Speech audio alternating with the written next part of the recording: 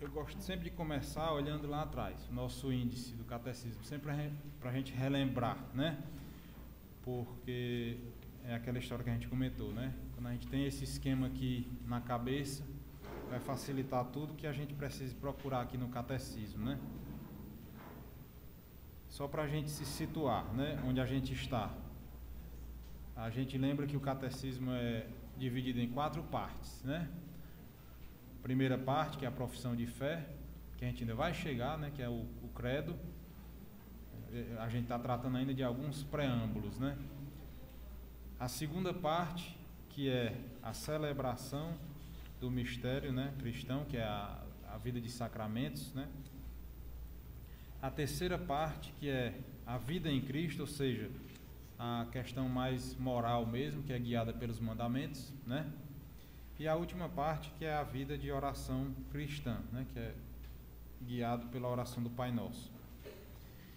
Então nós estamos na primeira parte, que é a profissão de fé. Dentro dessa primeira parte a gente lembra que tem aquelas divisões, que são as sessões, né? Nós temos a primeira sessão e a segunda sessão.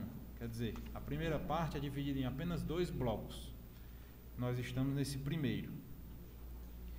E cada sessão dessa é dividida em capítulos, né?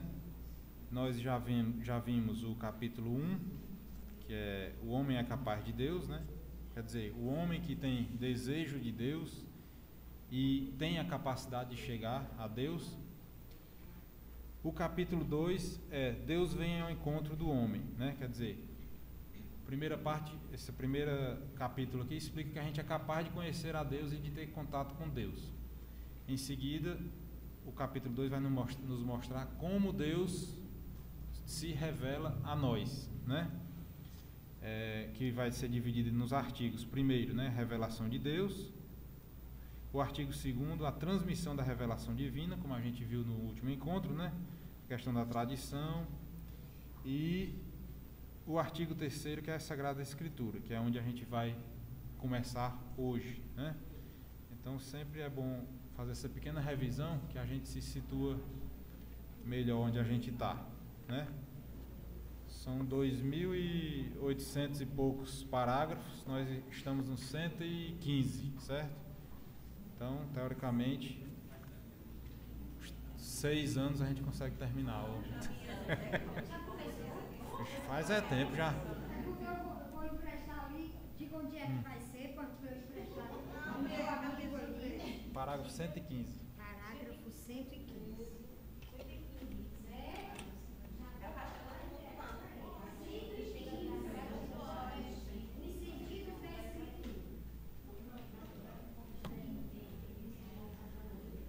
Certo, então, opa, tudo bem.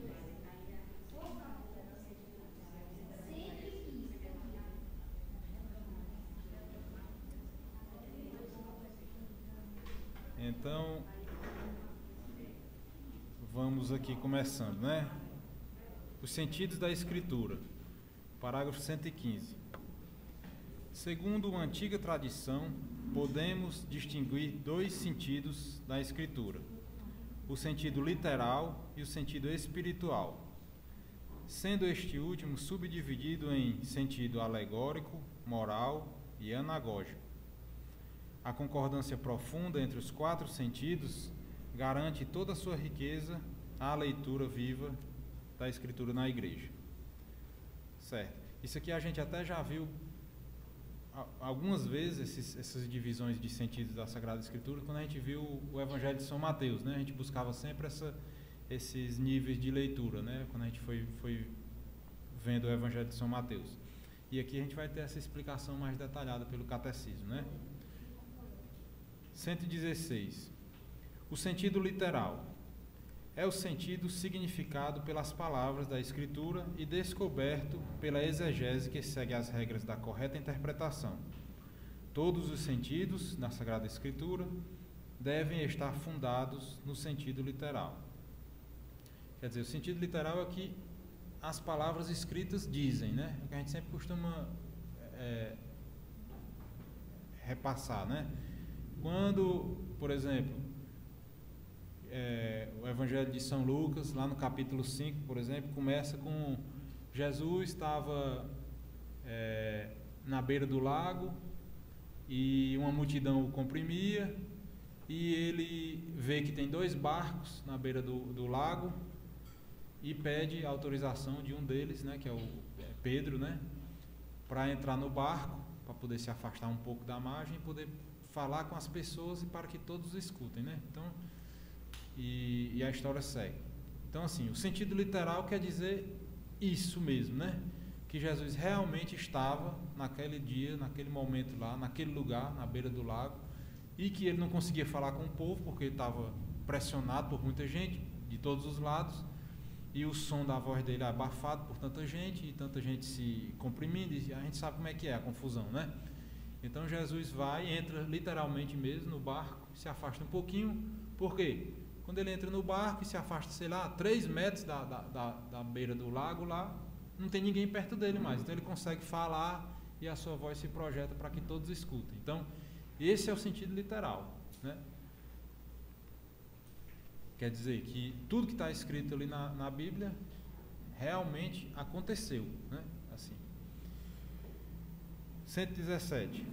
O sentido espiritual. Graças à unidade do projeto de Deus, não somente o texto da Escritura, mas também as realidades e os acontecimentos de que ele fala podem ser sinais. 1. Sentido alegórico. Podemos adquirir uma compreensão mais profunda dos acontecimentos, reconhecendo a significação deles em Cristo. Assim, a travessia do Mar Vermelho é um sinal da vitória de Cristo e também do batismo, né? Então, esse é o primeiro. Então, a gente revisando, né? As Sagradas Escrituras têm 2 grandes sentidos: um literal e um espiritual. Esse espiritual pode ser dividido em 3 aspectos diferentes. O primeiro deles é o alegórico, né? Isso está presente em toda e qualquer obra escrita, de literatura, de qualquer obra que seja escrita do ponto de vista ficcional ou mesmo histórico, tem em algum grau, maior ou menor, esse sentido alegórico. Então você pega um livro aí de literatura mesmo, né? Sei lá, o Crime e Castigo, do Dostoiévski. Tem uma parte lá que Crime e Castigo. Tem uma história lá que um rapaz está lá e ele vê que um amigo dele é atropelado por uma carruagem, né? Atropelado e fica praticamente morto no chão lá. E esse cidadão que é atropelado, ele é atropelado porque ele estava embriagado, saindo de um bar, e lá numa cidade lá da Rússia, né? Escuro, no século XIX, né? A cidade escura e tudo. E o cara sai embriagado e uma carruagem, naquelas carruagens grandes, com, sei lá, com 4 cavalos, né? Passa por cima dele, né? Então imagine, ser atropelado por 4 cavalos e ainda mais 4 rodas da carruagem, de madeira, né? Aquelas carruagens, né? Então o cara fica praticamente morto. Esse é o sentido literal da história, que morreu depois, mas na hora ele não morre logo na hora. E então o sentido literal é esse, que o camarada lá estava bebendo, saiu e tropeçou e não sei como é que foi, e a carruagem passou por cima. Qual seria um sentido alegórico da história dessa? Bom, o cara estava bebendo, estava embriagado e é atropelado por algo grande, descontrolado, né? Muito mais forte do que ele, que são os cavalos, são bichos que não têm, por exemplo, inteligência para decidir por si só desviarem dele, né? Quer dizer, então isso aí pode ser interpretado como o quê? Como uma pessoa que está dominada pelos vícios, no caso dele da bebida, chega a tal ponto de descontrole da sua vida que é levado pelos impulsos e pelas suas faculdades mais baixas, vamos dizer assim, né? Até que se livra uma vez, se livra outra vez, se livra outra, mas um belo dia ele é atropelado por esses vícios que crescem e ganham uma força desproporcionalmente maior do que o que ele pode controlar, e ele literalmente chega a morrer atropelado por esses vícios, né? Isso é um sentido alegórico, né? Você vai tirar um outro sentido mais profundo daquela situação. E isso está em tudo, né? Tudo que é obra escrita, a gente tem que tentar tirar esses outros sentidos mais profundos, né? E na Sagrada Escritura mais ainda, né? Que é o que a igreja nos exorta a fazer, né? Por quê? Porque foi escrita por Deus e Deus quis nos comunicar tantas coisas quanto a gente consiga tirar daquele texto guiado pela interpretação da igreja, né? Então aqui ele dá o exemplo do Mar Vermelho, né? A travessia do Mar Vermelho, né? Atravessar o mar, que é uma coisa que simboliza algo incontrolável, né? Algo que o ser humano não tem o menor domínio. E quando Deus quer, Ele abre o mar para você e você passa pé enxuto, né? Então assim, esse é um sentido de quê? Da vitória de que Cristo veio e conseguiu absorver todos os pecados da humanidade e conseguiu colocar sobre si, atravessar sobre aquilo ali e sair do outro lado a pé enxuto, ou seja, ele ressuscitou do outro lado, né, e nos trouxe a vida eterna. Então, esse é um tipo de interpretação que a igreja nos permite fazer e nos orienta a fazer, né? Segundo sentido, segunda divisão do sentido espiritual, né, o sentido moral. Os acontecimentos relatados na Escritura devem nos conduzir a um justo agir. Eles foram escritos como advertência para nós. Essa é uma citação da primeira carta aos Coríntios. Então, a mesma coisa. Nesse mesmo episódio que eu peguei aqui, por exemplo, do cidadão lá que foi atropelado. Isso aí, além desse sentido alegórico, a gente pode tirar um sentido moral. De quê? De que a gente deve, se a gente quisesse evitar ser atropelado pela carruagem e os cavalos, a gente deve evitar o que causou aquele cidadão ser atropelado, que foi o quê? Beber em demasia até o ponto de perder a consciência e seus reflexos e tudo mais, isso, capacidade de decisão, etc. Então, dessa atitude que esse cidadão teve, a gente pode dizer, não, eu devo fazer o contrário, ou devo evitar esse tipo de situação. Ou coisas boas também, né? Na literatura tem um exemplo de uma ação muito bonita que uma pessoa fez para salvar um parente ou sei lá. Então isso é uma coisa boa. Então a gente deve agir de forma semelhante ao que esse camarada fez. Então esse é um sentido moral, que a partir do que a gente lê, a gente tira algo para a gente, o que a gente deve fazer ou evitar para se conduzir conforme aquele ensinamento, né? E o terceiro sentido é o sentido anagógico. Podemos ver realidades e acontecimentos em sua significação eterna, nos conduzindo, em grego, anagogé, à nossa pátria. Assim, a igreja na terra é sinal da Jerusalém celeste. Tudo que tivesse essa palavrinha final, assim, agogé, né, quer dizer conduzir, certo? Por exemplo, pedagogia, quer dizer conduzir, parece o quê? Pediatra, cuida de quê? Pediatra. Pronto. Pedagogia quer dizer conduzir uma criança, certo? É isso aí, E anagogé, quer dizer anagogia, anagógico, quer dizer nos conduzir para casa. Que casa? A casa de que a gente tanto quer ir, que é a nossa verdadeira casa, que é a nossa casa celestial, a Jerusalém celeste, né? Então, dentro dessas interpretações da Sagrada Escritura, a gente deve sempre que possível buscar esses sentidos. Você vê que são degraus, né? Tudo, e está lá escrito em cima, né? Ó, lá no 116 ainda. Todos os sentidos devem estar fundados no sentido literal. Quer dizer, não tem nada a ver eu pegar, por exemplo, o episódio do Mar Vermelho e, assim, ligar a uma coisa que seja, por exemplo, ligada ao fogo, né? Não tem nada a ver. Então, o sentido literal, ele serve de guia, de baliza, assim, você tem um limite de interpretação. Não dá para você tirar qualquer coisa do sentido literal, né? Tem um limite, é como se fosse os 10 mandamentos. São o nosso limite para viver bem a vida, né? É como se fosse um parapeito numa escada, né? Você vai subir na escada, tem um parapeito que não deixa você cair, né, para o lado perigoso aí do abismo, por exemplo. Então, assim, esse é o grande perigo, né, da história do livre exame das Escrituras, né?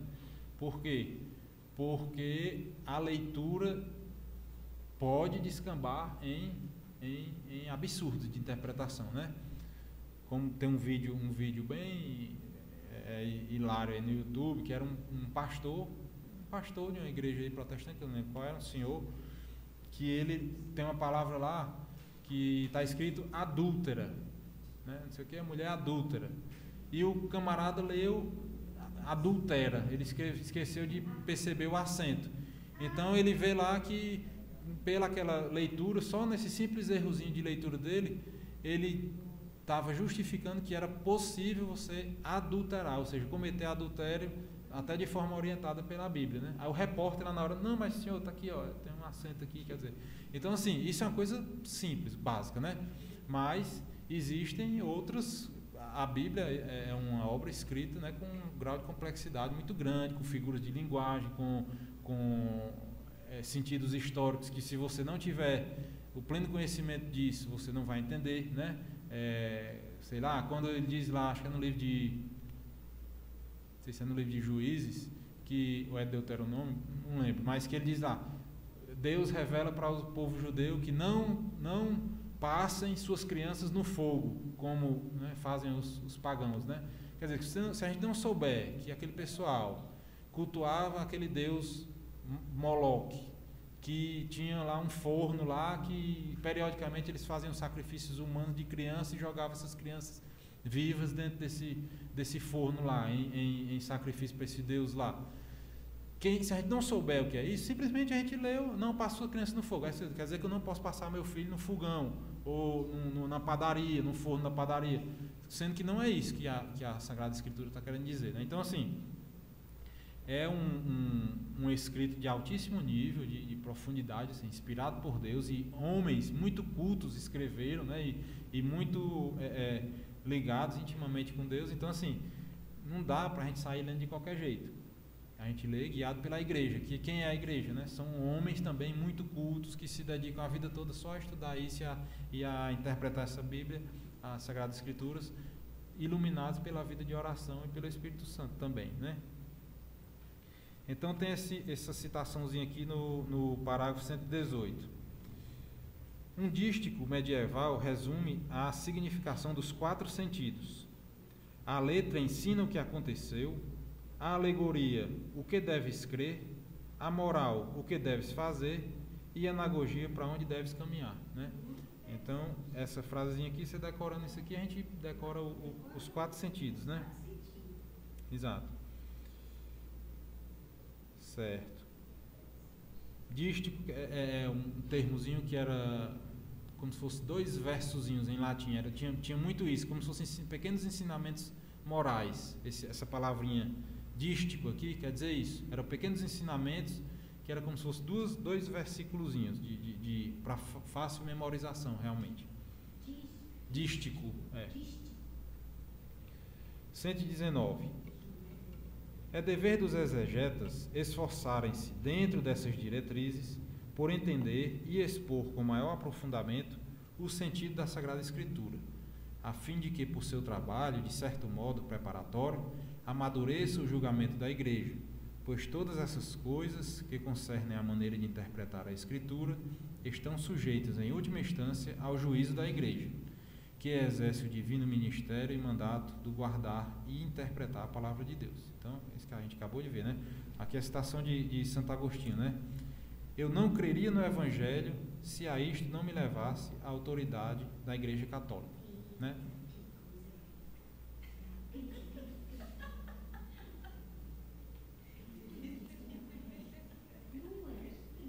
Sim.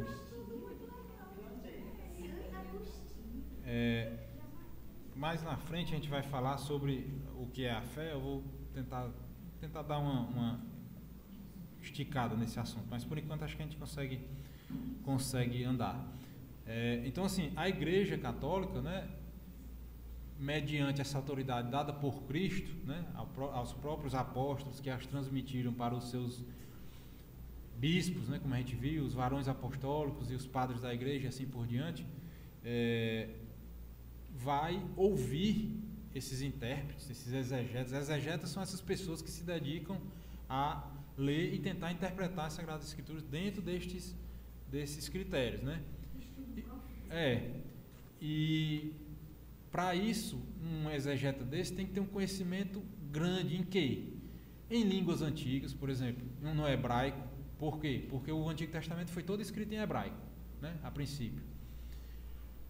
Então, quando se tem uma dúvida de uma Bíblia nossa hoje, uma tradução que a gente tem em português, a gente tem que recorrer aos originais, né, os mais originais possíveis, né, seja ao latim, que é a Bíblia que se perdurou aí desde São Jerônimo, que foi lá pelo ano 400, ou seja, 1600 anos, ou mais antiga ainda, a Bíblia em grego, né, que o Novo Testamento foi todo escrito em grego, ou mais antiga ainda, o Antigo Testamento foi escrito em hebraico, né? Então, e cada língua dessa tem diferenças, né? Muitas diferenças grandes. Por exemplo, no latim não tem artigo, não existe artigo. Por exemplo, o Vinícius, a Ritinha, o homem, a mulher, não tem isso, só tem o substantivo, né? Então, assim, se tem um substantivo lá, por exemplo, porta, você não sabe se é a porta ou se é o porta, certo? E para dar um exemplo mais prático ainda, por exemplo, a palavra mar em latim, mar, é do gênero feminino, certo? É como se a gente fosse traduzir a mar, né, artigo, mar, o oceano, certo? Aí tem essas coisas, por exemplo, no nosso caso aqui em português, o sol é masculino, né? O sol. E a lua é feminino, né? A lua. Pronto, nas línguas germânicas, por exemplo, alemão é o contrário. A lua é masculino e o sol é feminino. Quer dizer, isso muda muita coisa. É um pequeno exemplo, né? Mas tem palavras, o masculino, exato. E por exemplo, deixa eu ver aqui, conjugações verbais são diferentes. Por exemplo, em hebraico é mais limitada a questão dos tempos, quando ele diz, por exemplo, nós temos em português, tem o futuro normal, tem o futuro do pretérito, né, que eu faria determinada coisa. Então, aí no passado também tem o pretérito perfeito, que é o eu fiz tal coisa, quer dizer, uma ação acabada. Tem o imperfeito, que é uma coisa que eu... Isso. Pois é. Aí só que tem que saber, decorar isso aí é bom, mas a gente tem que saber o que é que significa isso, né? Por exemplo, o imperfeito é uma coisa que estava no passado que não foi acabado. Quer dizer, eu comia enquanto alguém chegou. Então, não acabei de comer, né? Ou então, se eu disser, eu comi um prato de arroz. Eu comi e terminei de comer. E o mais que é perfeito é quando eu estou contando uma história no passado e vou falar uma coisa de mais passado ainda. Por exemplo, eu comia o meu almoço e enquanto chegara outra pessoa, né? Quer dizer, esse chegar é antes ainda do que eu estava fazendo no passado mais remoto. Esse não foi um excelente exemplo, mas é mais ou menos isso. E essas línguas aí, por exemplo, o hebraico pode ser que não tenha essa distinção. E isso faz toda a diferença, porque se você disser que Jesus partiu o pão na hora da Santa Ceia, é muito diferente do que Jesus dizer partia o pão. Porque partia o pão não terminava, partia o pão não terminava. Então parece que ele passou a Santa Ceia todinha partindo o pão. Tá entendendo? Então muda muito esses detalhes linguísticos. Então esse pessoal aqui, esses exegetas aí, tem que saber essa questão de línguas, tem que saber muita história, né, para saber como é que era a cultura judaica naquele tempo, como é que era a cultura grega, como era a cultura romana e tal, etc. Tem que saber o que mais? Infinidade de coisas, né, para poder tentar achar esse sentido dessas escrituras. E aí eles fazem as suas interpretações, mas depois disso a igreja vai ver como é que é. Esse cidadão aqui é muito inteligente, muito estudioso, o que é que ele está dizendo aqui? Aí a igreja vai ver se aprova ou não. Se for uma coisa compatível com a fé católica, aprova. Se não for, reprova como heresia, né? E se for uma coisa que não seja conclusivo, deixa lá e vamos ver mais na frente se surge algum fato novo, alguma interpretação nova que possa ajudar a decidir isso aí. Então, assim, não é fácil, não é moleza para achar esses sentidos. E a gente tem muitos grandes doutores da igreja que chegaram a elevar essas interpretações das Sagradas Escrituras a níveis muito elevados. Quando a gente vê assim, um comentário, sei lá, de São João Crisóstomo, ele comentou todo o Evangelho de São Lucas. Quando você vai vendo que ele vai tirando ali de um versículo próprio São Tomás de Aquino interpreta alguns evangelhos, salmos, né? Santo Agostinho comentou todos os salmos, todos. Você vai vendo ali, ele vai tirando um versículo, ele vai tirando uma riqueza enorme. Então, baseado no magistério da igreja, né? Assim, avalizado pelo magistério da igreja, esses exegetas vão retirando essa riqueza das escrituras, né? Então, pessoal, mais uma vez, se tiver alguma dúvida, quiser perguntar alguma coisa, né? Hoje eu estou só aqui, né? Os padres não estão aqui para me ajudar. Mas, se eu não souber, diga que eu não sei, pronto. Mas quem sabe ele não chega daqui a pouco, deve estar em alguma né? Então pronto. Então pronto, não levar falta não. Não. Vamos só anotar se chegou um pouquinho atrasado. Então vamos aqui para 4, né? O cânon das escrituras. Essa palavra cânon, certo? O que é que significa? Essa palavra significa regra, certo? Regra. Cânon era uma varazinha na Grécia, é uma palavra grega que queria dizer uma medida.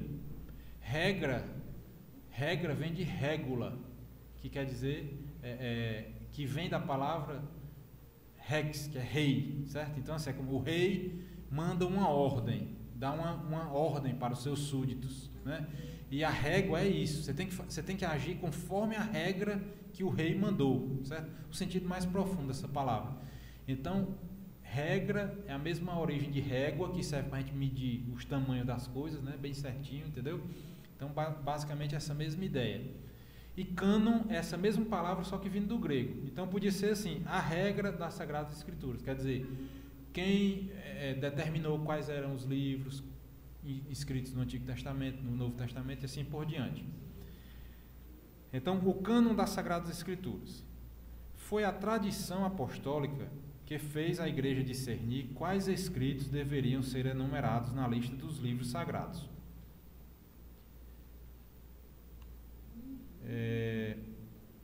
Ela comporta 46 escritos para o Antigo Testamento e 27 para o Novo, né? Aí tem esse detalhe aqui, né, que pode ser contado Jeremias e Lamentações como um livro só, né? Mas normalmente as nossas Bíblias atualmente consideram livros separados, né? Então 46 livros no Antigo Testamento e 27 para o Novo, né?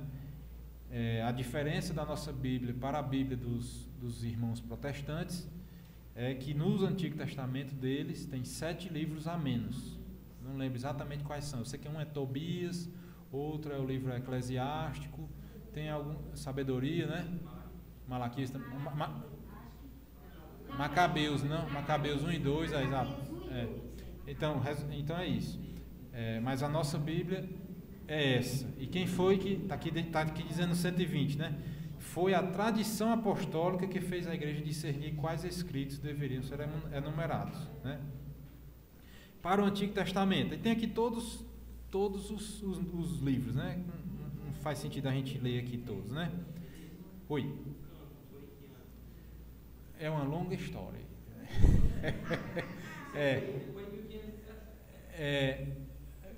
Exato. Tem registros desses livros aqui, que foram esses 73, né? Bem antes, lá antes de Santo Agostinho e tudo mais. Só que era assim, era uma coisa heterogênea. Por exemplo, existiam as grandes igrejas cristãs das eras primitivas, né? As 4 maiores igrejas eram Jerusalém, claro, né? Jerusalém, a igreja de Jerusalém, a igreja de Antioquia, na Turquia, a igreja de Roma, né? E a igreja de Alexandria. Eram os 4 grandes centros da igreja primitiva cristã, né? E tá lá, né? Aí em Alexandria tinha os grandes bispos de Alexandria, né? Aí tinha Orígenes, que era um padre da igreja, estava lá em Alexandria. Deixa eu ver quem mais. São Cirilo de Alexandria, estava lá. Bom, aí de Jerusalém tinha outros grandes patriarcas. Na igreja de Antioquia, lá da Turquia, tinha outros. E lá na de Roma também outros, né? Sei lá, são os nossos primeiros papas, né? Lino, Cleto, Clemente, São Justino e assim por diante, né? Então igrejas já obedeciam, né, a Roma, de forma geral, já tinha esse entendimento, mas existiam diferenças das celebrações delas, né? Então existia, por exemplo, existia o rito ambrosiano, acho que hoje ainda existe. Rito ambrosiano, que era o rito desenvolvido por Santo Ambrósio lá em Milão. Aí existia o rito romano, né? Existia o rito copta, que é mais da Grécia. Existia o rito egípcio lá, como é que é o nome? Não vou lembrar, que é da igreja de Alexandria. Existia o rito que surgiu depois, o moçárabe lá na Espanha. Hoje mesmo, a igreja reconhece, eu acho que são em torno de 23 ritos válidos para a nossa missa. A nossa aqui, a missa é o rito romano, mas existem outros. Esses aqui ainda estão válidos, alguns desses, eu não tenho certeza quais são, mas o rito ambrosiano, esse rito copta, o moçárabe, ainda são ritos que são praticados em determinados lugares aí do mundo e estão em comunhão com a Igreja Católica de Roma, né? Bom, mas aí tinha livros que eram lidos nas missas, por exemplo, em Alexandria, que não eram lidos, por exemplo, né, em Roma. E havia essas diferenças. Com o tempo foi se depurando isso aí, as igrejas foram se entrando meio que vendo quais livros tinham mais resultados pastorais e espirituais e tudo mais, e foi chegando a esse cânon aqui. Mas escrito mesmo, certamente foi depois do ano 1000. Então, quase certeza foi depois do ano. Quase certeza. Não sei exatamente o ano não, mas... E quem tem um papel muito importante nisso aqui é Santo Agostinho, né? Santo Agostinho foi quem basicamente meio que definiu. Só que depois dele, Santo Agostinho é lá em 400 depois de Cristo, né? Mas depois dele, durante muitos anos e séculos, ainda tinha algumas diferenças em algumas igrejas aí pelo mundo, né? Então realmente não é uma coisa assim que foi definida rapidamente, nem sem discernimento, né? Aí tem os critérios, né, que eles usaram, né? Escritos que foram escritos até a morte do último apóstolo, que foi São João, né, que morreu, sei lá pelo ano 100. Tudo que foi escrito depois dele já estava automaticamente descartado, né? O último livro da Bíblia é o Apocalipse de São João, que foi o último livro que ele mesmo escreveu, já idoso, né? Então as cartas, por exemplo, as cartas de São Clemente eram lidas em algumas igrejas como escritos praticamente canônicos e poderiam ter sido teoricamente incluídos no Novo Testamento. Não tem as cartas de São Paulo, né? Mas não foram incluídos. Por quê? Porque foi escrito depois da morte de São João, por exemplo, certo? Aí outro critério foi os livros que eram lidos nessas 4 igrejas, que eram centros, né, de disseminação da fé naquela região. Claro, vamos dizer que Jerusalém fosse a igreja aqui de Fortaleza. Aí tinha a igreja em Tabuleiro, né, que era o interior lá de Israel. E aquela igreja tinha uma atenção à igreja maior. Por quê? Porque era onde estavam centralizados os grandes homens, os grandes bispos, né, e tudo mais, depurados pelas grandes perseguições e tal. Quer dizer que só ficava mesmo nessas grandes cidades os grandes santos mesmo, né? Quem não abria era cedo, né? Ou então era morto, como Marte, né? Então a coisa caminhava mais ou menos assim, mas realmente esse detalhe eu não sei dizer, talvez até apareça aqui em algum momento, né? E a gente pode tentar pesquisar também. Certo, então vamos seguindo, né? Então tem a lista de todos os livros aqui do Novo Testamento, do Antigo, e começa aqui no 121, o Antigo Testamento. O Antigo Testamento é uma parte indispensável da Sagrada Escritura. Seus livros são divinamente inspirados e conservam valor permanente, pois a antiga aliança nunca foi revogada, né? Quer dizer, isso o próprio Jesus disse, né? Eu não vim para abolir a lei, né? Mas vim fazê-la perfeita, né? Tornar, como é que é? Executá-la à perfeição, uma coisa assim, né? 122. Com efeito, a economia do Antigo Testamento estava ordenada, principalmente para preparar a vinda de Cristo, Redentor de todos, embora contenham também coisas imperfeitas e transitórias. Os livros do Antigo Testamento dão testemunho de toda a divina pedagogia do amor salvífico de Deus. Neles encontram-se sublimes ensinamentos acerca de Deus e salutar sabedoria concernente à vida do homem, bem como admiráveis tesouros de preces. Nestes livros está latente o mistério da nossa salvação. Quer dizer, os pontos chaves aqui, né? O Antigo Testamento veio para preparar a vinda de Cristo, embora contenha também coisas imperfeitas e transitórias. Coisas imperfeitas, né? Como o próprio Cristo diz, né? Eu vim aperfeiçoar. Como é que aperfeiçoou? O 5º mandamento dizia lá, não matarás, né? Aí Jesus vem dizer, mas se você, né? Ele dizia as antinomias de Cristo, né? Ele dizia assim, as Sagradas Escrituras dizem, não matarás. Eu, porém, vos digo, aquele que chamar o irmão de louco, né? Tem aquela história lá, que ele vai refinando os mandamentos, né? A antiga lei dizia, não cometerás adultério. Eu, porém, vos digo, aquele que olhar para a mulher do próximo com desejo, cobiçando, já pecou, né? Então, assim, quer dizer, então, esses mandamentos, como estavam escritos, ainda estavam imperfeitos. O que é uma coisa imperfeita? Perfazer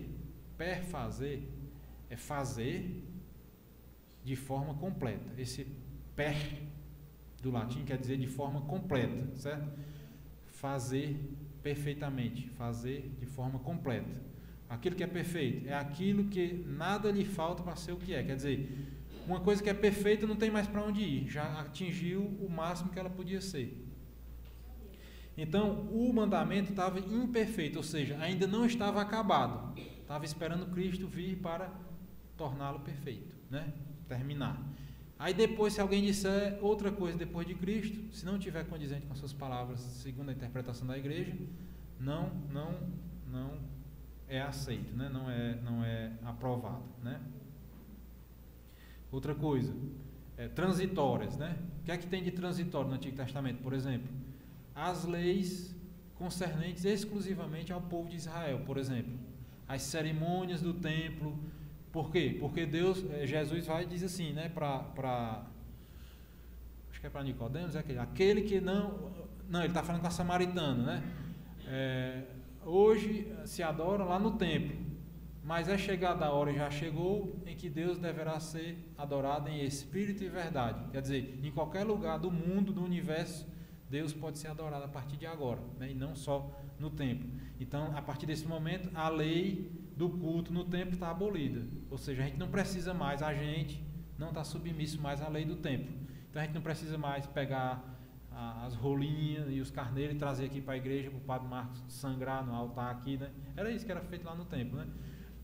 Quando nasce um filho nosso, a gente não precisa vir aqui no padre para pagar um dinheiro para poder resgatar o preço do primogênito, né? Como tinha isso no Antigo Testamento. Então, assim, as leis nacionais e as leis rituais do povo de Israel foram revogadas. Então está aqui.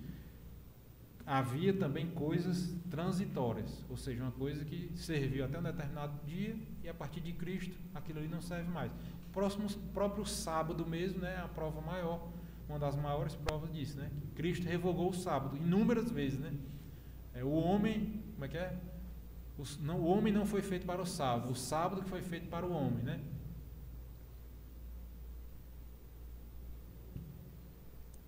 Outra coisa aqui, como divina pedagogia, né? Quer dizer, Cristo, né, a maior parte dele, do tempo dele na Terra e também no Antigo Testamento, foi ensinando o que a gente deve fazer e o que a gente deve evitar, né? E nestes livros está latente quer dizer escondido, certo? Quer dizer, está velado, está ali embutido naqueles livros, mas muito disperso, né? De uma forma muito... Davi falou uma coisa certa no meio de muita coisa errada que ele fez, né?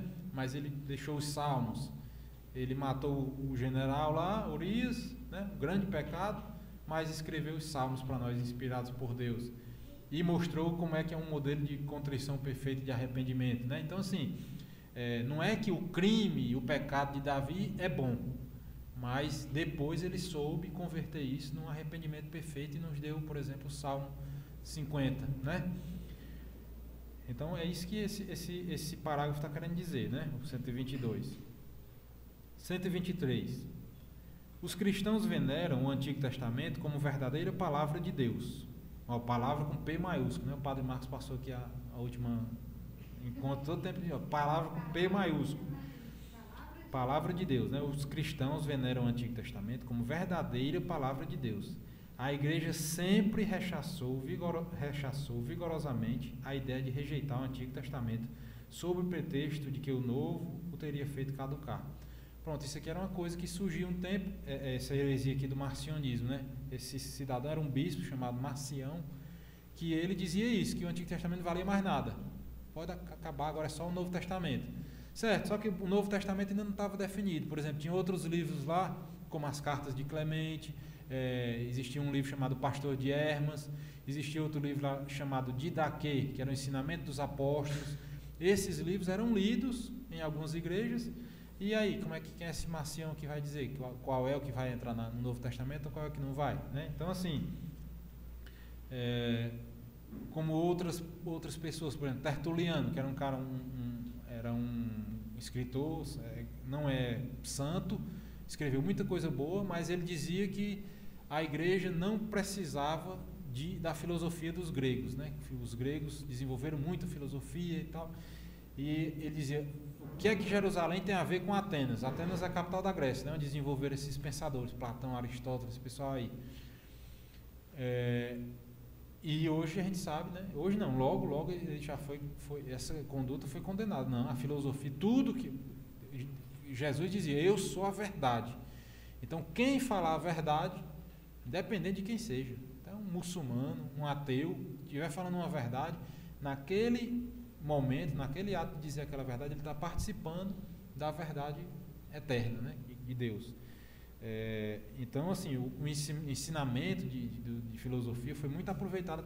Os padres hoje, até hoje, né, estudam filosofia para depois estudar teologia. Sempre foi assim, né? Sempre foi assim na educação de todos os grandes estudiosos, desde sempre partia dessa sequência, né? Tinha as 7 artes liberais, depois estudava filosofia, depois estudava teologia, sempre. Então, a nossa igreja hoje ainda permanece com essa sequência aí, né? Que é conduzida assim, né? O ensinamento dos nossos sacerdotes. 124. O Novo Testamento. A palavra de Deus, que é força de Deus para a salvação de todo o crente, é apresentada e manifesta seu vigor de modo eminente nos escritos do Novo Testamento. Estes escritos nos fornecem a verdade definitiva da revelação divina. Seu objeto central é Jesus Cristo, Filho de Deus encarnado, seus atos, ensinamentos, paixão e glorificação, assim como os inícios de sua igreja, sob a ação do Espírito Santo. Então, basicamente é isso, né? O Novo Testamento é isso, é a vida de Cristo e o começo da vida da igreja, né? Que guia a nossa vida até hoje, né? Por quê? Porque a igreja começou lá, mas continuou com a gente e vai continuar até o fim dos tempos, né? 125. Os evangelhos são o coração de todas as escrituras, uma vez que constituem o principal testemunho da vida e da doutrina do Verbo encarnado, nosso Salvador, né? Então, tanto que o Novo Testamento começa logo com os evangelhos, que é o principal, né? Tudo da nossa vida tem ordem, tem hierarquia, tem coisas mais importantes, menos importantes. Não são coisas descartáveis, né? Mas existem as coisas mais importantes e menos importantes. Então, o Antigo Testamento tem seu papel importantíssimo. O Novo Testamento é mais caro para nós, porque vai falar diretamente de Cristo.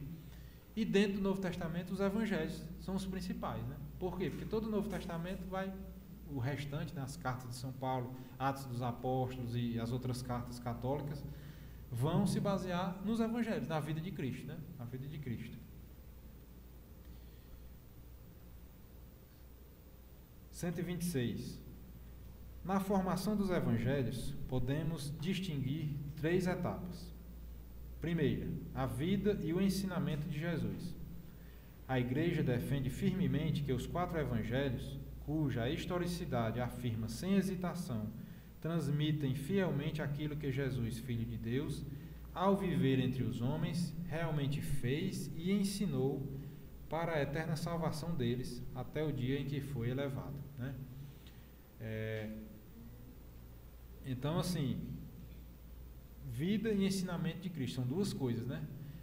É o que a gente tem que aprender de Jesus, tanto com as suas palavras e ensinamentos, como com a sua conduta e vida, né? Quando Jesus mesmo diz lá, aprendei de mim que sou manso e humilde, né? Então, se ele diz, aprendei de mim, tudo que ele fez é ensinamento, né? Tudo. Quando ele orou, como ele ajudou as pessoas, como ele curou, como ele fez tudo aquilo ali, serve de ensinamento para nós, né?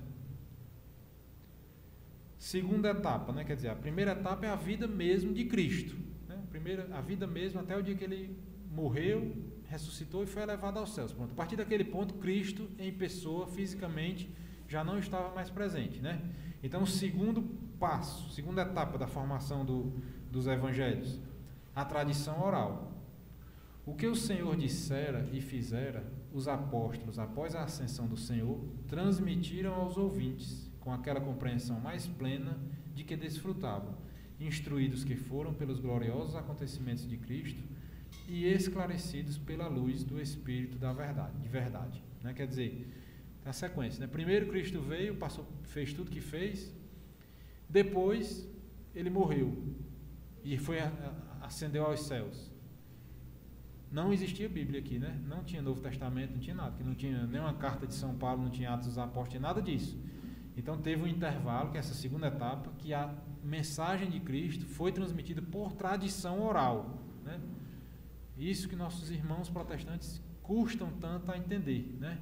Que a nossa tradição católica, que vem desde esse momento aí, nos liga assim, inexoravelmente à tradição oral, que foi a primeira etapa que aconteceu de transmissão da palavra de Cristo logo após a sua ascensão ao céu, né?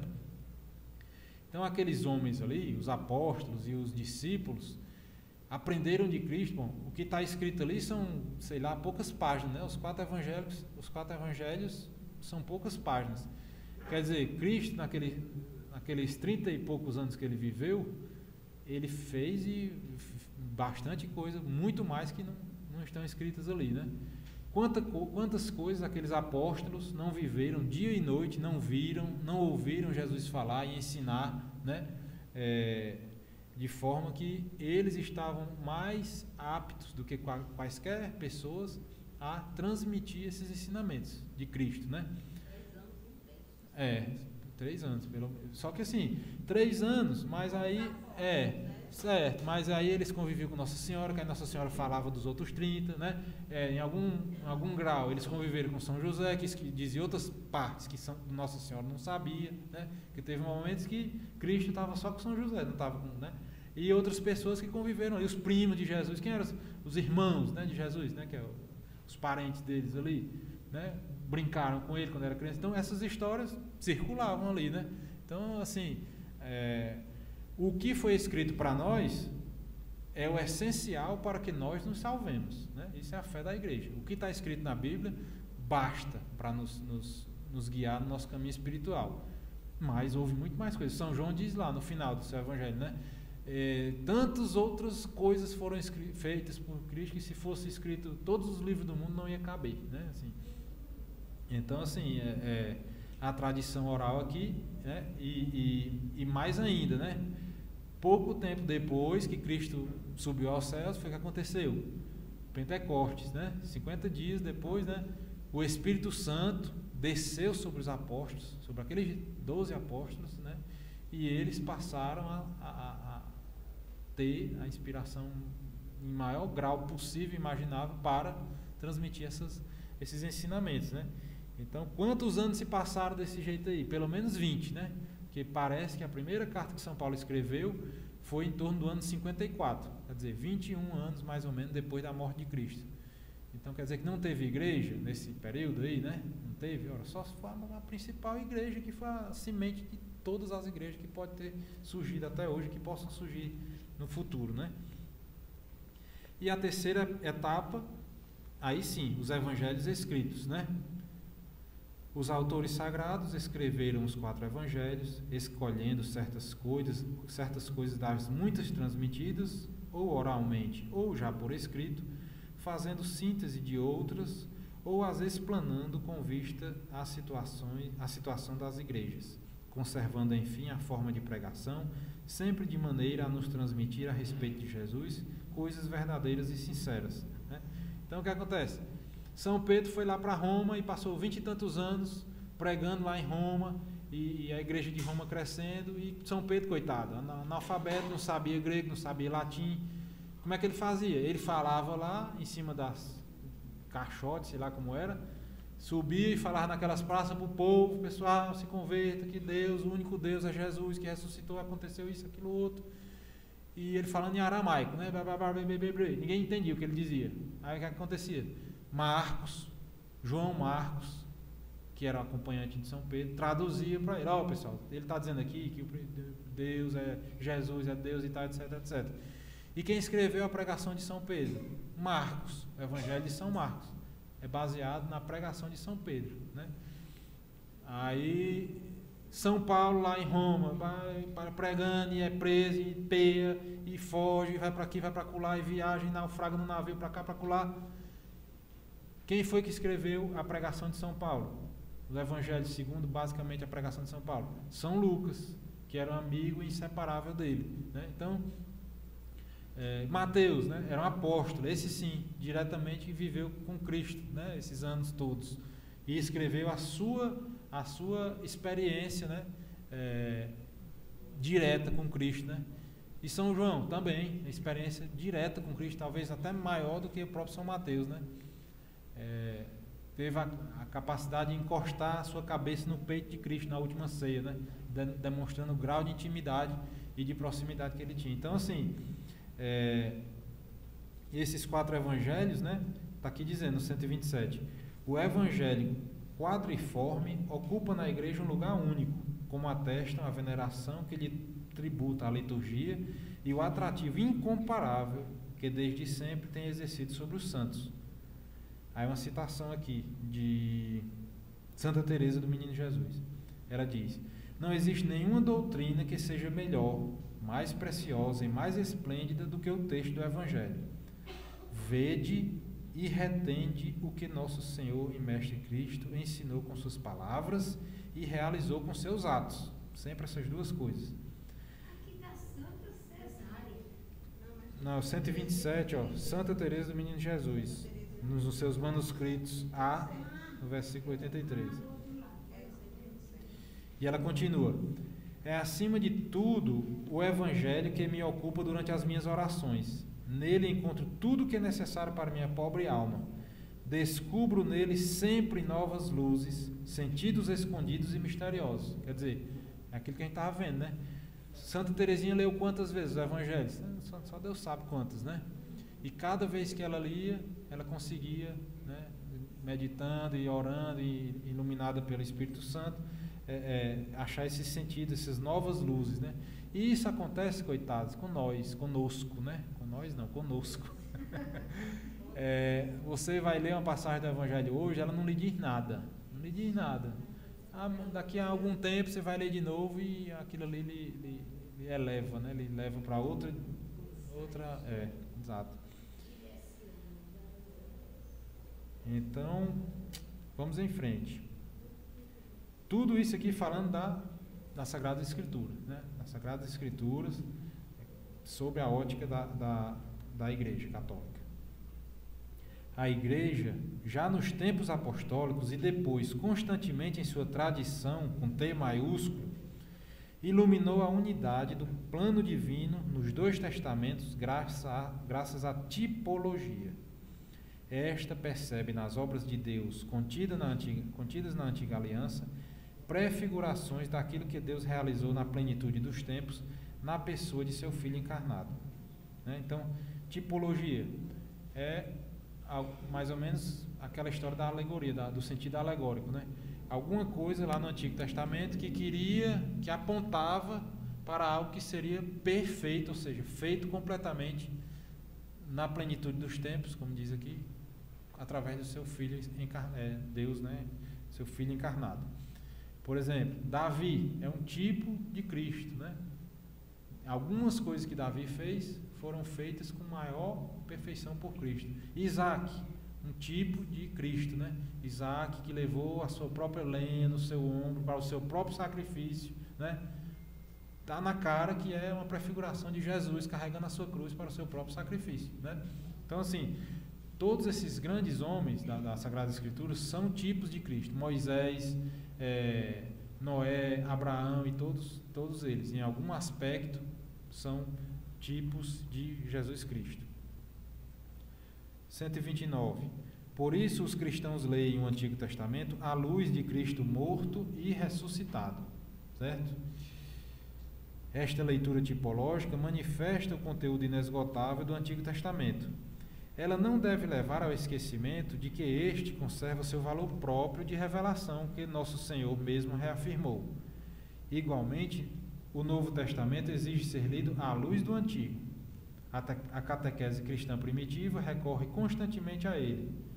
Segundo um adágio antigo, o Novo Testamento está escondido no Antigo, ao passo que o Antigo é desvendado no Novo. Então, o que é que ele está querendo dizer aqui? Esse episódio mesmo de Isaac, né, que eu falei.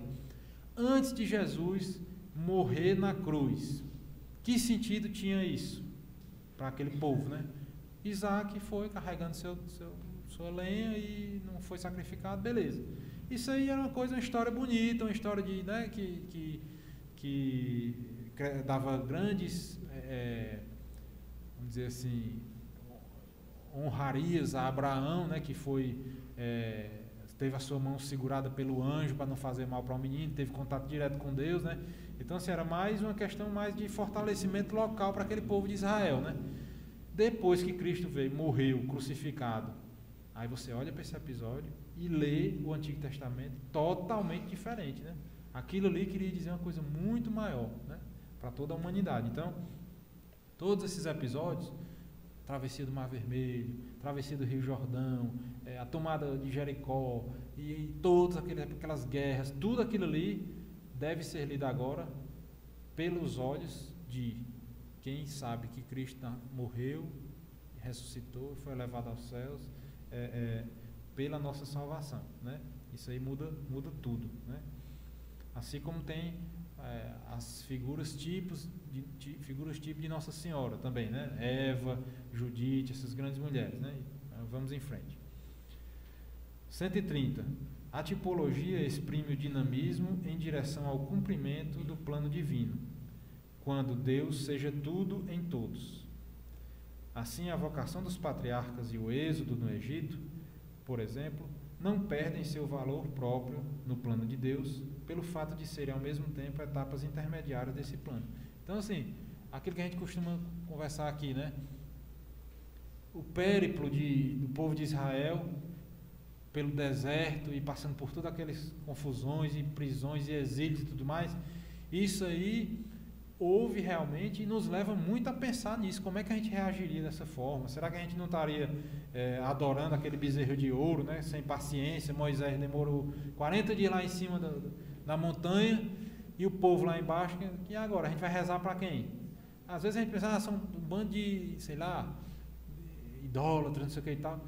Às vezes isso aí pode ser até pode até nos mostrar que é um impulso bom que eles tinham, né? Eles queriam um Deus para adorar e de repente se viram sem um Deus para adorar, porque Moisés saiu e não dava retorno, ninguém sabia nem se não tinha morrido, 40 dias lá em cima da montanha, e esse povo querendo um Deus para adorar, fez uma atitude, por um certo ponto de vista, pode ser vista como boa, pediu a Arão, que era o sacerdote, rapaz, faça alguma coisa aí para a gente quer rezar e Moisés não vem, então vamos fazer alguma coisa para gente rezar. Aí fizeram um bezerro de ouro, certo? Eu estou dando uma forçada aqui, né? Mas dá para a gente pensar em que, de repente, eu me vejo sem Deus e estou procurando outra coisa para me agarrar. Qual é o meu bezerro de ouro? Né? É dinheiro? Né? Ninguém sabe, né? Isso, dá para a gente se ver naquela atitude e dizer, rapaz, é o que Santo Agostinho diz, né? Nenhum pecado é tão grande que eu, sem a graça de Deus, não pudesse fazer pior, né? Será que a gente não faria pior? No lugar de um bezerro, a gente tinha botado outro animal pior para fazer, né? Então, assim, isso tem seu significado verdadeiro, por si só. E, além disso, um outro patamar essas prefigurações do Novo Testamento, né? Que aí é um outro degrau de interpretação, né? 131. A Sagrada Escritura na vida da Igreja. São tão grandes o poder e a eficácia contidos na palavra de Deus, que ela constitui sustentáculo e vigor para a igreja e para seus filhos, firmeza da fé, alimento da alma, pura e perene fonte da vida espiritual. É preciso que os fiéis tenham amplo acesso à Sagrada Escritura, né? Que isso também é, como eu digo sempre aqui, né? A gente está interessado em conhecer a nossa fé aqui, né? Mas muito da nossa fé, aliás, quase toda a nossa fé foi depurada a partir das heresias, né? Quando surgiu uma heresia, a igreja tinha que se debruçar sobre aquele questionamento e dali surgiam os grandes dogmas e os grandes ensinamentos da nossa igreja. Então foi assim que surgiu, né? Os dogmas de que Jesus é Deus, 100% Deus e 100% homem, que o Espírito Santo é Deus, que Nossa Senhora é Mãe de Deus, que o Papa, a infalibilidade papal, e a Imaculada Conceição de Maria, e todos esses grandes dogmas surgiram, muitos deles, dessas heresias. Então, e essa frase aqui, com certeza foi colocada no nosso catecismo, é preciso que os fiéis tenham amplo acesso à Sagrada Escritura. Por quê? Porque os nossos irmãos evangélicos andam com a Bíblia embaixo do braço, para cima e para baixo, e apontam o dedo para nós porque a gente não anda. Eles nem levam a Bíblia para a igreja, vão para a missa, não levam nem a Bíblia, né? E a gente não sabe decorado aqueles versículos, João, não sei quanto, 32, a gente não sabe, assim, a gente guarda no coração, a gente ouve aquela palavra todo domingo, ou mais vezes por semana, a vida toda, e medita nas nossas orações, e guarda aqueles ensinamentos no coração. Isso é mais importante do que decorar versículos, né? E está aqui, para dizer que a nossa igreja não incentiva, né? Está aqui, documento oficial da igreja, 133, Dei Verbum, né? Que é uma constituição apostólica. É preciso, a igreja dizendo, é preciso que os fiéis tenham amplo acesso à Sagrada Escritura. O que é esse amplo acesso? É todo mundo ter a sua Bíblia católica, chancelada pela igreja, e ter acesso à interpretação oficial da igreja. Através de quem? Dos seus sacerdotes, das suas homilias, de eventos formativos e assim por diante, né? Tá frio, muito frio aí? Como é que é? Tá frio? Tá frio, então vai começar a diminuir. Se alguém quiser... É porque daqui não pega, certo? Se alguém quiser dar uma desligada aí, dá para desligar só esses aqui perto de mim. Aí só que eu vou morrer queimado aqui e vocês vão... o maior operador de ar-condicionado do Tabuleiro do Norte. Pode ficar à vontade aí, viu?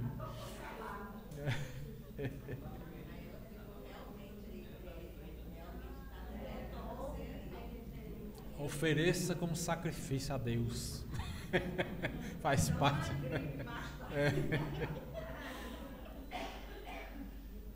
Então, vai melhorar. Agora dá pé até meia-noite. 132. Que o estudo da Sagrada Escritura seja, portanto, como a alma da Sagrada Teologia. Da mesma palavra da Sagrada Escritura, também se nutre salutarmente e santamente floresce o ministério da palavra, a saber, a pregação pastoral, a catequese e toda a instrução cristã, na qual deve ocupar um lugar de destaque a homilia litúrgica. Quer dizer, isso que eu acabei de dizer, né? Ele está dizendo que todas as ações de ensino da igreja, de pregação, pastoral e tudo mais, deve partir da Sagrada Escritura, né? E de lugar especial a homilia litúrgica, né? Que é a interpretação daquele evangelho que o padre faz durante a missa. Então, nas orientações dos missais, eles dizem lá que excepcionalmente, num caso muito excepcional, o padre pode usar a homilia ali para falar de um assunto de comoção nacional, ou de uma guerra, não sei o que e tal. Mas o foco tem que ser o evangelho, né? Explicar aquele evangelho que foi lido naquele dia e tirar frutos espirituais daquele evangelho, né? E não está pedindo, ou falando de política, ou falando de qualquer outra coisa, né? Ou lavando a roupa suja das pastorais da igreja. É isso aí, né? 133. A igreja exorta com veemência e de modo peculiar todos os fiéis cristãos a que, pela frequente leitura das Divinas Escrituras, aprendam o conhecimento do Cristo Jesus. Com efeito, ignorar as Escrituras é ignorar Cristo, né? Já viu, né, que as Sagradas Escrituras são a palavra de Deus, com P maiúsculo. E a palavra de Deus, palavra, verbo. Verbo é Jesus, né? Então, assim, todas as linhas da Sagrada Escritura, todos os versículos, é Santo Agostinho que diz, né? Se a gente não encontrar Jesus em cada versículo da Bíblia, a gente não está lendo direito. Por quê? Porque Jesus é a palavra mesmo encarnada, né? Então, resumindo, né, aquele finalzinho, né, sempre que acaba uma sessão temática aqui do catecismo, tem um resumo para dar uma revisada, né? 134. Toda a escritura divina é um único livro, né? Toda a escritura divina é um único livro. Este livro único é Cristo, já que toda a escritura divina fala de Cristo e toda a escritura divina se cumpre em Cristo. As Sagradas Escrituras contêm a palavra de Deus e, por serem inspiradas, são verdadeiramente a palavra de Deus. Deus é o autor da Sagrada Escritura e, ao inspirar os seus autores humanos, age neles e por meio deles. Fornece assim a garantia de que seus escritos ensinem sem erro a verdade salvífica. A interpretação das Sagradas Escrituras, das Escrituras inspiradas, deve, antes de tudo, estar atenta àquilo que Deus quer revelar por intermédio dos autores sagrados para a nossa salvação. O que vem do Espírito só é plenamente entendido pela ação do Espírito. A Igreja recebe e venera como inspirados os 46 livros do Antigo Testamento e os 27 livros do Novo Testamento. Os 4 Evangelhos ocupam um lugar central, já que Cristo Jesus é seu centro. A unidade dos 2 testamentos decorre da unidade do projeto de Deus e de sua revelação. O Antigo Testamento prepara o Novo, enquanto o Novo se cumpre o Antigo. Os 2 iluminam-se reciprocamente. Os 2 são verdadeira palavra de Deus. Você vê que ele repete para a gente não esquecer. Se o Padre Marcos estivesse aqui, ele já tinha parado aqui para perguntar, né? Que é, os 2 livros são o quê? Palavra de Deus. A Igreja sempre venerou as Divinas Escrituras da mesma forma, como o próprio corpo do Senhor. Ambos alimentam e dirigem toda a vida cristã. Lâmpada para os meus passos é a tua palavra e luz no meu caminho. É isso, né? A nossa igreja ainda não está bem, né? A do olho d'água da Nossa Senhora da Saúde também não está bem direitinho. O certo é que o ambão esteja na mesma altura do altar da Eucaristia. Esse é o certo. Por quê? Porque para a igreja, a palavra, ou seja, a mesa da palavra, que é o ambão, de onde o padre lê os evangelhos, né, tem a mesma importância da mesa do sacrifício da Eucaristia.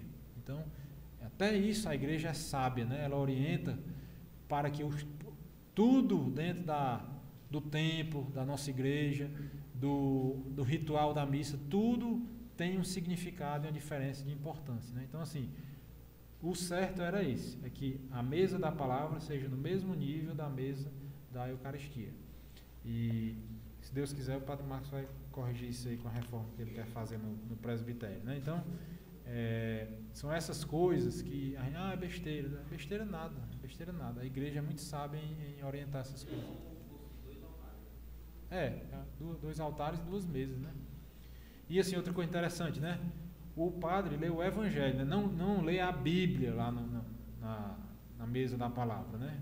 Existe um livro chamado Evangeliário, né? Que é o que o padre leva para ler lá, não é a Bíblia toda, são os Evangelhos, que naquele momento ali ele está proclamando a palavra de Deus, né? Em Cristo, né? Então, assim, até nisso, né? A igreja, naquele momento máximo ali da liturgia da palavra, o padre em persona Cristo, quer dizer, na pessoa de Cristo, como ele vai ser também na Eucaristia, de forma perfeita, né, como a gente vinha vendo aqui, mas ele vai ler a própria vida de Cristo ali, em algum momento, né? Então, a nossa igreja é muito organizada, eu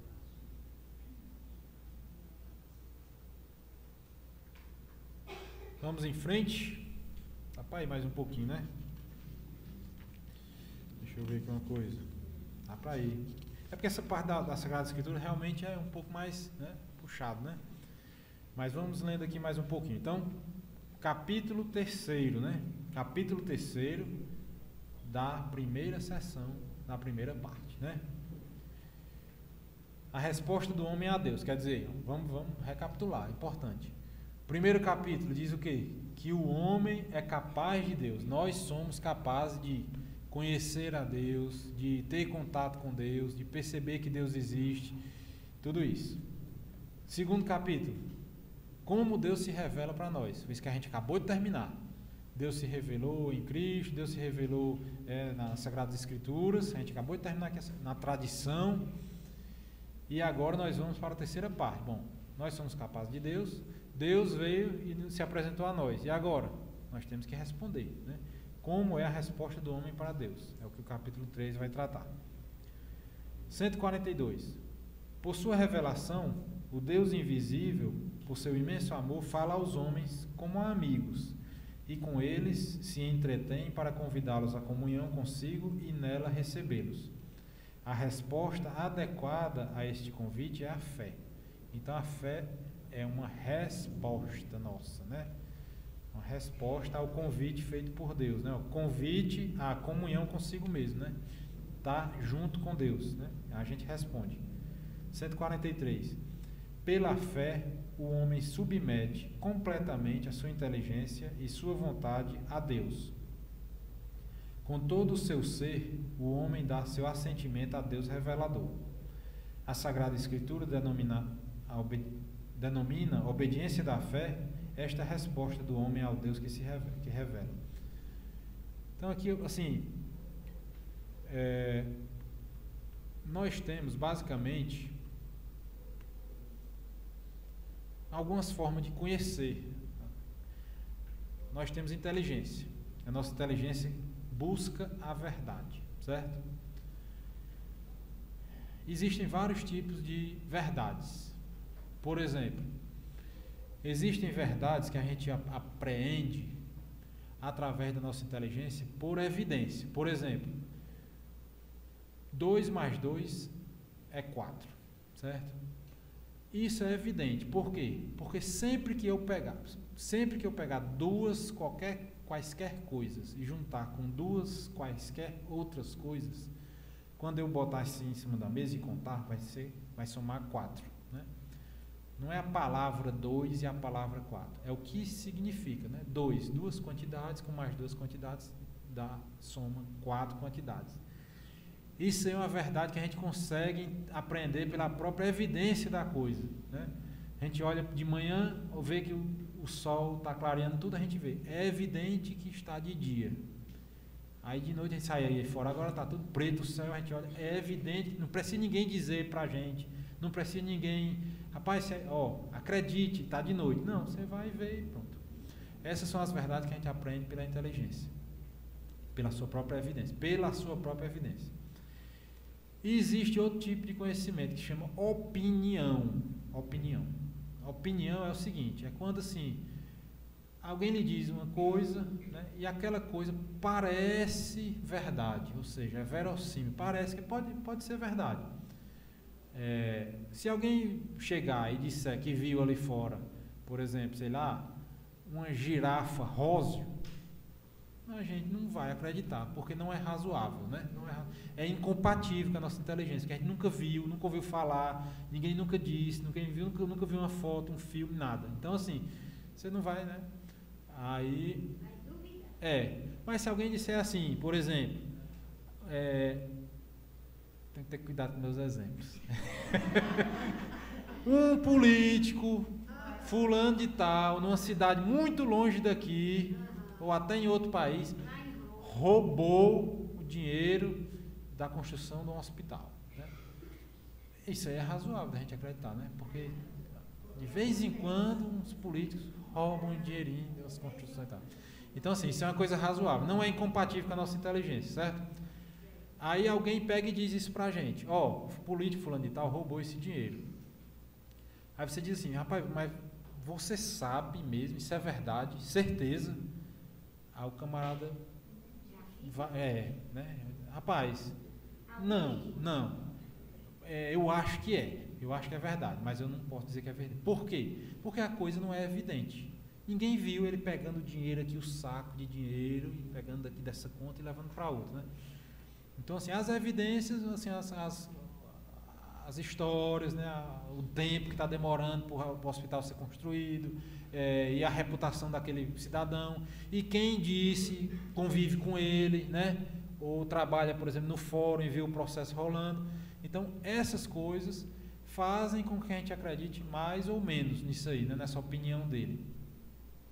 Certo? Então, a gente tem opiniões sobre determinadas coisas, que pode ser verdade ou não. E o terceiro grau, um terceiro tipo de verdade, são as verdades sobrenaturais, que são essas que a gente está falando aqui, né? Porque, assim, se vem uma pessoa e me diz, né? Olha, Jesus é Deus, né? Que se fez homem e que está aqui nessa Eucaristia aqui, ó. Quando o padre faz, né, a consagração, é ele mesmo que está ali. Aí você fica assim, né? Se você não conhecer nada de nada, você pode, né? É estranho, né? Rapaz, tudo bem, mas como é que é isso aí? Não, tudo, é assim, isso é verdade. Sabe como é que você sabe? Tem a vida dos santos, esses santos, tem os milagres, tem aquela história que a gente já falou aqui no começo do catecismo, né? Os preâmbula fidei, quer dizer, os motivos que nos levam a crer que a igreja é verdadeira, né? Uma igreja que está aí há 2000 anos, fazendo milagres, a vida dos santos, os milagres que acontecem na nossa própria vida, na vida de uma pessoa próxima a nós, que tinha um determinado vício e deixou de beber, por exemplo, se converteu, ou uma pessoa que tinha uma doença grave e fica curada por intercessão de um santo, incontáveis, né, exemplos desse tipo de coisa aí. Então, essa instituição, que é a igreja, tem uma autoridade grande para dizer certas coisas, né? E muitas coisas, a maior parte das coisas que a igreja nos diz, não são inverossímeis, pelo contrário, são todas muito verossímeis, porque todos nós, se a gente abrir os olhos um pouquinho, a gente vai ter experiência de milagres, de curas, de mudanças radicais em nós mesmos, né? Em nós mesmos, que acontece quando a gente muda o nosso nosso plano de vida espiritual, por exemplo. Então, assim, de acordo com a autoridade de quem diz, a gente acredita em coisas que não são evidentes, né? A gente não fica pedindo provas do que o nosso marido ou do que nossa esposa faz a todo tempo. A gente não fica pedindo provas de que a comida de um restaurante foi feita de forma limpa e não sei o que e tal. A gente não fica pedindo provas de será que quem fez essa cadeira parafusou bem essa cadeira. Não. A gente acredita, ó, fé humana, fé natural aqui, que essas cadeiras bem feitas. Por quê? Porque já está com, só nós aqui está com 2 anos que a gente vem, todo mundo se senta nessas cadeiras, nunca nenhuma se quebrou. Então, pelo testemunho que essas cadeiras nos dão, a gente acredita que elas são verdadeiramente bem feitas, né? Então, assim, as verdades de fé, aí fé com F maiúsculo, né? Da fé, das verdades sobrenaturais, sobre Deus, sobre a igreja e tudo mais, a gente acredita mediante a autoridade da própria igreja, né? E elas são transmitidas dessa forma. O primeiro artigo aqui, ó, eu creio, né? Aí ele vai explicar um pouco, bem melhor do que eu, com certeza, sobre essa história de crer, né? Obedecer, obaudire, na fé significa submeter-se livremente à palavra ouvida, visto que sua verdade é garantida por Deus, a própria verdade. O modelo desta obediência, proposto pela Sagrada Escritura, é Abraão. A Virgem Maria é a sua mais perfeita realização. Quer dizer, ob audire. Audire é ouvir, em latim. E ob é de frente, certo? É como se você estivesse de frente ouvindo uma pessoa falar. Então, quem está de frente ouvindo a pessoa falar, está ouvindo com atenção e vai fazer o que a pessoa está falando, né? Obedecer é isso, é ouvir verdadeiramente o que aquela pessoa está falando. Então, assim, como a gente viu, as verdades, tem umas que precisam você ver para acreditar, né? Mas tem outras não, basta você ouvir, dependendo da pessoa que fala, você acredita ou não, né? No nosso caso aqui, a gente acredita que é Deus mesmo que está falando, né? A própria verdade. Abraão, o pai de todos os crentes. 145. A epístola aos Hebreus, no grande elogio à fé dos antepassados, insiste particularmente na fé de Abraão. Pela fé, ao ser chamado Abraão, obedeceu à ordem de partir para uma terra que devia receber como herança, e partiu sem saber como sem saber para onde iria. Pela fé viveu como estrangeiro e como peregrino na terra prometida. Pela fé, Sara recebeu a graça de conceber o filho da promessa. Pela fé, por fim, Abraão ofereceu seu filho em único sacrifício. Quer dizer, Abraão fez tudo isso só por ter ouvido nada mais, nada menos que Deus, né? Então, assim, a fé, como a gente viu no começo, é uma resposta. Você ouve e você responde de alguma forma. Não adianta a gente ouvir tudo que a igreja ensina e não agir em conformidade com essas verdades, né? Porque essas verdades que a gente viu no começo, que são evidentes, eu não queria que 2 mais 2 fosse 4, eu queria que fosse 10. Meu filho, tudo bem, mas tanto faz, você querer como não querer. A verdade é a verdade e ela exige uma obediência. Tudo que você for fazer na sua vida, tem que obedecer essa verdade. Porque quando você pegar o seu salário de 2 meses e somar com o salário dos outros 2 meses, só vai dar 4 salários, não vai dar 10 não, entendeu? Então você só vai dar para comprar coisa que custe 4 salários. Então você tem que obedecer essa verdade. E a verdade sobrenatural que a igreja nos propõe requer essa obediência também, quer dizer, a gente tem que agir conforme essas verdades nos são anunciadas. Abraão realiza assim a definição da fé dada pela Epístola aos Hebreus. A fé é a certeza daquilo que ainda se espera, a demonstração das realidades que não se veem. Abraão creu em Deus e isso lhe foi levado em conta como justiça. Romanos. Graças a esta fé, Abraão tornou-se pai de todos os crentes. O Antigo Testamento é rico em testemunhos desta fé. A Epístola aos Hebreus faz o elogio da fé exemplar dos antigos, que deram bom testemunho. No entanto, Deus previa para nós algo melhor, a graça de crer em seu Filho Jesus, que vai à frente da nossa fé e a leva à perfeição, como todas as verdades do Antigo Testamento, né? A Virgem Maria realiza de maneira mais perfeita a obediência da fé. Na fé, Maria acolheu o anúncio e a promessa trazidos pelo anjo Gabriel, acreditando que para Deus nada é impossível e dando seu assentimento. Eis aqui a serva do Senhor, faça-se em mim segundo a tua palavra. E Isabel a saudou, feliz aquela que acreditou, pois o que lhe foi dito da parte do Senhor será cumprido. Em virtude desta fé, todas as gerações a proclamarão bem-aventurado. Quer dizer, né? Mesma história. Nossa Senhora ouviu o que o anjo disse e ela deu a resposta dela. A resposta foi o quê? Faça-se em mim segundo a tua palavra, né? É um modelo de fé para nós. Durante toda a sua vida e até a última provação, quando Jesus, seu filho, morreu na cruz, a sua fé não vacilou. Maria não deixou de crer no cumprimento da palavra de Deus, por isso a igreja venera em Maria a realização mais pura da fé, né? Aquilo que a gente sempre vê na Semana Santa, né? Depois que Cristo morreu, todo mundo perdeu a fé, né? Porque todo mundo achava que Cristo era Deus, estava fazendo milagres e milagres e milagres, e de repente o homem está morto, está enterrado. Acabou-se a fé de todo mundo. Só Nossa Senhora permaneceu acreditando. Por quê? Porque foi ela que ouviu o anjo dizer, né? Aquele que vai ser gerado no seu ventre vai ser o chamado Filho do Altíssimo e aquele monte de coisa que o anjo disse, né? Então ela nunca esqueceu essas palavras, né? São Lucas vai dizer, né? Várias vezes, e ela meditava essas coisas no seu coração. Quando ela viu Jesus perdido no templo, depois de 3 dias ela o encontrou, e ele diz: a senhora não devia ficar assim, não sabia que eu devia estar na casa do meu pai, cuidando das coisas dele, né? Várias vezes, aí São Lucas diz, e ela guardou essas palavras e as meditava no seu coração, né? Então assim, lembrando de tudo isso, e quantas vezes Jesus não conversou com ela? A gente não sabe, né? O que é que se conversava entre eles dois, São José dentro de casa, né? Jesus não disse para os próprios apóstolos, né? Olha, o Filho do Homem vai ser morto pelos anciãos e pelos gentios e não sei o que, vai ser... quem vai ser crucificado, vai ser morto. 3 vezes ele diz, nos evangelhos, né? Quantas vezes ele diz? Ninguém sabe. Se ele disse para os 12, como ele não terá dito para sua mãe, para seu pai, né? Olha, vocês aguentem a pancada que vai ser grande. Eu vou ser torturado, eu vou ser morto e tudo mais. Tudo isso é uma preparação para fortalecer a fé de Nossa Senhora, né? Isso aqui eu estou dizendo com base em a gente está meditando aqui, né? Não tem escrito em canto nenhum. Mas não é irrazoável, né?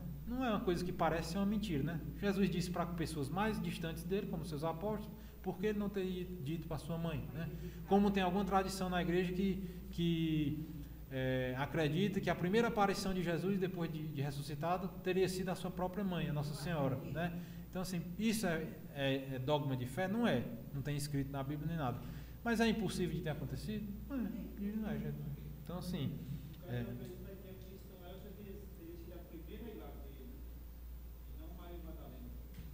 exato. Então, para a nossa tradição, no sábado santo, enquanto Jesus estava no sepulcro, só Nossa Senhora conservava a sua fé, né? Crer somente em Deus, 150. A fé é primeiro uma adesão pessoal do homem a Deus. Ao mesmo tempo e inseparavelmente, é o assentimento livre a toda a verdade que Deus revelou. Como adesão pessoal a Deus e assentimento à verdade que Ele revelou, a fé cristã é diferente da fé em uma pessoa humana. É justo e bom entregar-se totalmente a Deus e crer incondicionalmente no que Ele diz. Seria vão e falso pôr tal fé em uma criatura, né? Ora, se a gente sabe que é bom a gente confiar nas pessoas que a gente sabe que nos amam, né? A gente confia nos nossos pais, confia nos nossos cônjuges, e a gente vê a beleza que é isso, quando esse elo de confiança não é quebrado. Imagine com Deus, né? Que nunca quebrou, Ele nunca quebrou as suas alianças, né? Sempre nós quebramos do nosso lado, né? 151. Para o cristão, crer em Deus é inseparavelmente crer naquele que Ele enviou, seu Filho bem-amado, no qual Ele pôs todo o seu agrado. Deus mandou que o escutássemos, que é a cena do batismo, né? Descrita nos evangelhos, né? O próprio Senhor disse aos seus discípulos: crede em Deus, crede também em mim. Podemos crer em Jesus Cristo porque Ele mesmo é Deus, o Verbo feito carne. Ninguém jamais viu a Deus. O Filho único que é Deus e está na intimidade do Pai foi quem o deu a conhecer. João 1,18. Este viu o Pai. Ele é o único que eu conheço e pode revelá-lo, né? Aqui são as provas de que Jesus é Deus, né? Não está escrito, né, assim, que Deus é Trindade. Tudo isso a igreja foi depurando das Sagradas Escrituras, né? E crer no Espírito Santo. Nós estamos vendo aqui que o catecismo está ensinando a gente a crer na Trindade, né? Crer em Deus, crer em Jesus e crer no Espírito Santo, né? Que são as coisas que a gente vai professar no credo quando a gente for estudando mais para frente, né? Não se pode crer em Jesus Cristo sem participar de seu Espírito. É o Espírito Santo que revela aos homens quem é Jesus, pois ninguém será capaz de dizer Jesus é o Senhor, a não ser sob a influência do Espírito Santo. O Espírito sonda tudo, mesmo as profundezas de Deus. Assim também ninguém conhece o que é de Deus, a não ser o Espírito de Deus. Só Deus conhece a Deus por inteiro. Cremos no Espírito Santo porque Ele é Deus. A igreja não cessa de confessar a sua fé em um só Deus, Pai, Filho e Espírito Santo, né? Então é isso, quando ele diz aqui, ó, ninguém é capaz de dizer Jesus é o Senhor, a não ser sob a influência do Espírito Santo. Essas verdades sobrenaturais que a gente falou aqui, que a igreja nos leva a acreditar, a gente não tem força de crer sozinhos, né? A gente só crê mediante a graça enviada pelo próprio Deus, né? A gente não tem a nossa natureza divina para a gente ver essas verdades e acreditar nelas, né? Só a partir da fé que a gente recebe no nosso batismo, né? Em semente, né? A gente recebe uma fé incipiente ali no nosso batismo, que a gente vai fazendo crescer com a nossa vida espiritual, nossos atos de fé, é que a gente recebe a graça de Deus para que a gente possa aderir a essas verdades, né? Porque não é, quando a gente vê os exemplos dos grandes santos, os grandes mártires, né? Isso aí é inacreditável para nós, de forma humana simplesmente, né? Não precisa nem ir para esse pessoal, né? Basta a gente ver uma mãe que sofre a perda de um filho e consegue perseverar, né? Ou o marido perde uma mulher, a esposa perde um marido e tem aquele momento de tristeza ali, mas consegue perseverar na fé, não se revolta, não se rebela e entende que aquele mal vai trazer um bem maior, que é o que ensina a igreja. O que é que a gente diz? Só Deus para confortar essa pessoa, né? E só Deus para explicar o fato de uma pessoa dessa perseverar, né? Então assim, realmente só sob efeito do Espírito, né, sob a influência do Espírito Santo, a gente consegue, né? Então eu acho que a gente pode parar por aqui hoje, né? Já 8h30, 8h40 já. E assim, vai começar a falar de uma coisa importante, né? Muito. Aliás, né? Não tem nada que é desimportante aqui, né? Mas tem coisas que a gente consegue entender melhor sem tanto quebra-cabeça, né? Quando a gente vê, por exemplo, Abraão, a fé de Abraão, a fé de Nossa Senhora, a gente consegue perceber isso aí, né? Então dá pra gente passar um pouquinho mais. Mas quando começa a analisar aqui a fé, como é que é a fé é um ato humano, a fé é uma graça, a fé é inteligência, aí isso aqui dá mais um trabalho, gente. Tem que estar com a cabeça mais fresca, certo? Então a gente para por aqui, no 152, né? E a gente volta para analisar as características da fé daqui a 2 semanas.